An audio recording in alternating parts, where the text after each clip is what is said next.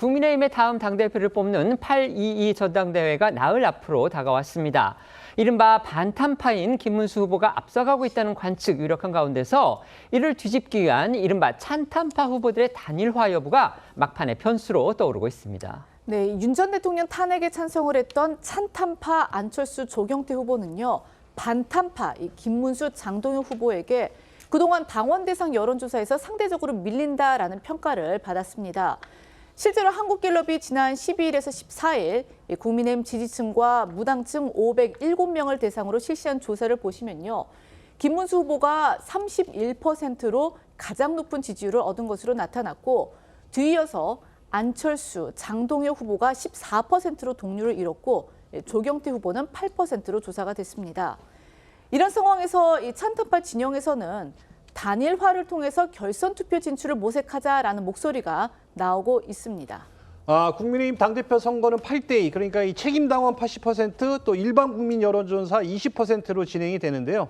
오늘 20일 당대표 선거에서 이 과반을 얻는 후보가 나오지 않으면 1, 2 후보가 재차 맞붙는 이 결선 투표가 실시됩니다. 이 찬탄파의 진영에서는 1차 투표에서 이 반탄파의 과반 확보를 저지하고 이 찬탄파 후보 중 한 명이 2위에 올라 이 결선 투표까지 가면 결과도 장담할 수 없다고 보고 있습니다. 야권 내의 찬탄 진영에서는 단일화 촉구가 이어지고 있습니다. 특히 이 한동훈 전 대표가요, 단일화론에 불을 붙이고 있습니다. 네, 그렇습니다. 이 한동훈 전 대표는 그제 자신의 SNS에 상식적인 후보들의 연대와 희생이 희망의 불씨를 살릴 수 있다, 이렇게 적었는데요. 또 이대로 가면 국민의힘은 국민에게 버림받는다며, 그러면 민주당 정권의 독주와 전횡으로부터 대한민국을 지킬 수 없다고도 했습니다. 이 상식적 후보로 안철수, 조경태 후보를 사실상 지목한 겁니다. 당내 일각에서도 안철수, 조경태 후보가 지지 세력을 한데 묶으면 김문수, 장동혁 후보와 대적할 수 있다라는 분석이 나왔습니다. 한수도권 원외 당협위원장은 조선일보에 안철수, 조경태 후보 간 단일화가 이루어지면 온건 성향 당원들의 결집도가 높아질 것이라며, 결선 투표에서 1대1 구도가 만들어지면 찬탄파 후보에도 승산이 있다라고 말했습니다. 하지만 지난 여러 선거들에서 단일화를 했다가 결국 이제 그 결과가 좋지 않았었죠. 이른바 단일화 트라우마를 안고 있는 안철수 후보, 이번에는 완주하겠다는 뜻을 고수하고 있습니다. 여기에다가 안철수 후보하고 조경태 후보 간의 이 당내 인적 쇄신의 강도에 대한 그런 온도차도 큽니다. 따라서 실제 단일화가 성사될 수 있을지 의문적인 그런 시각도 많습니다. 그렇습니다. 그동안 이 혁신 후보 단일화를 여러 차례 강조한 이 조경태 후보는 이 단일화는 여전히 유효하다며 이 안 후보가 적극적으로 단일화에 응답해 달라는 입장인데요. 반면 안철수 후보는 22일 투표에서 최소한 2등으로 이 결선 투표에 오를 것으로 장담하면서 인위적 단일화 없이도 자신의 결선 진출로 자연스럽게 단일화가 될 것이라는 입장을 고수하고 있습니다. 관련해서 두 후보의 목소리 듣고 오시죠. 혁신 후보, 반극우 연대 후보가 좀 단일화했으면 좋겠다는 생각인데 어떤 입장 변화가 있는지. 당원들이 이렇게 4명을 뽑았는데 그 의사를 무시하는 것도 문제가 있는 것이고, 뭉치게 되면은 오히려 그 개혁의 목소리가 줄어듭니다. 당 쇄신 방법론에 대한 두 후보의 시각차도 단일화 걸림돌로 작용하고 있다는 분석이 나옵니다. 조경태 후보는 윤 전 대통령 한남동 관저 앞에 모인 국민의힘 의원 45명이 인적 쇄신의 대상이라고 했지만, 안철수 후보는 이 다수를 쇄신 대상으로 삼아선 안 된다는 입장이고요. 또 내란 특검 참고인 조사에 대해서도 안 후보는 거부한 반면 조 후보는 출석했습니다. 두 패널께 다른 질문 드리겠습니다. 강성필 패널께는요, 앞서 저희가 살펴봤었죠. 그 일본 관계를 놓고서, 그러니까 이재명 대통령이 지난 광복절, 우리로서는 광복절이지만 이제 일본으로서는 패전날이죠. 그 전몰자 추도식이라는 데서 이시바 총리가 13년 만에 현직 총리로서는 처음으로 이제 반성이라는 표현을 썼습니다. 그래서 대통령실에서는 상당히 긍정적인 그런 논평을 내놨는데, 같은 날 집권당인 민주당에서는 도대체 누구를 향한 사과냐 이러면서 평가절하를 했고요.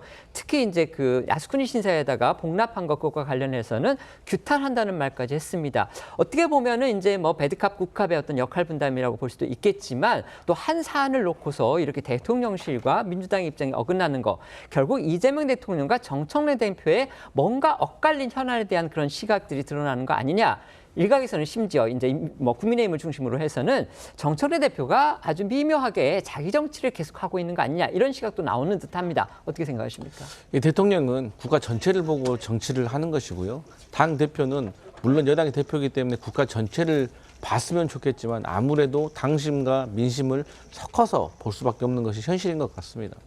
정청래 당대표도 여당의 당대표이기 때문에 당연히 자기 정치할 수 있는 것이죠. 다만 본인의 정치를 하기에 앞서서 당과 나라를 생각하는 마음만 있다고 하면 저는 자기 정치하는 게 절대 나쁘다라고 생각하지 않습니다. 오히려 윤석열 정부 때 여당이 여의도 출장소라는 말 듣고 잘못된 길을 갔을 때 아무 말을 하지 못했던 것보다는 저는 지금의 민주당이 할 말을 하는 것이 잘하고 있다라고 생각을 하고 어쩌면 이런 엇갈리는 듯한 목소리가 오히려 나라를 운영할 때 또 레버리지가 될 수도 있다고 생각을 하거든요. 그런 차원에서 이해하시면 될 것 같다 이렇게 생각합니다.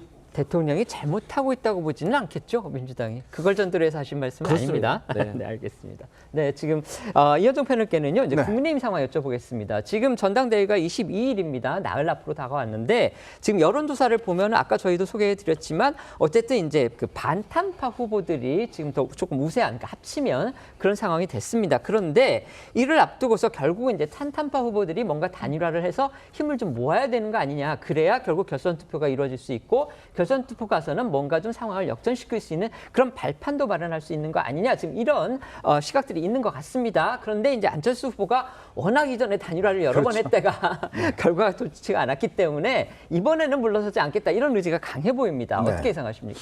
우선 이제 TV 조선 토론회가 단 한 번 남아 있죠. 네. 그러면 이제 뭐 22일 날 전당대회 투표가 시작되는데요. 이제 문제는 지금 여러 가지 여론조사상으로 나타나는 것과 그리고 실제로 이제 당원들에게 물어봤을 때 과연 이게 일치하겠냐는 좀 그런 시각도 있습니다. 지금 왜냐하면 여론조사상으로 보면 국민의힘에 대한 지지가 많이 떨어져 있습니다. 그리고 또 응답하는 분 같은 경우도 굉장히 강성분들이 많이 응답하고 있기 때문에 조금 더 과대 포집된 거 아닌가라는 뭐 그런 지적도 있어요. 물론 뭐 그걸 차치하고라도 네. 어쨌건 지금 보면 탄핵 찬성파들이 일단 고전을 면치 못하고 있는 건 사실인 것 같습니다. 그만큼 조직적으로도 일단 열세이고 하기 때문에 그러니까 그런 상황에서 지금 자칫하면 탄핵 반대파 2명이 결선 투표로 갈 수 있는 상황. 이렇게 된다 그러면 국민의힘의 어떤 면에서 보면 참 미래가 참 답답하다는 생각이 많이 들어요.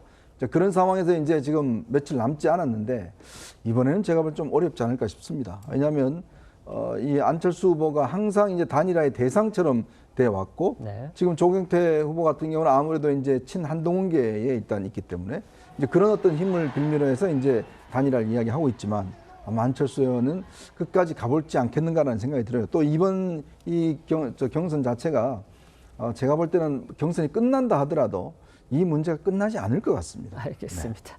네.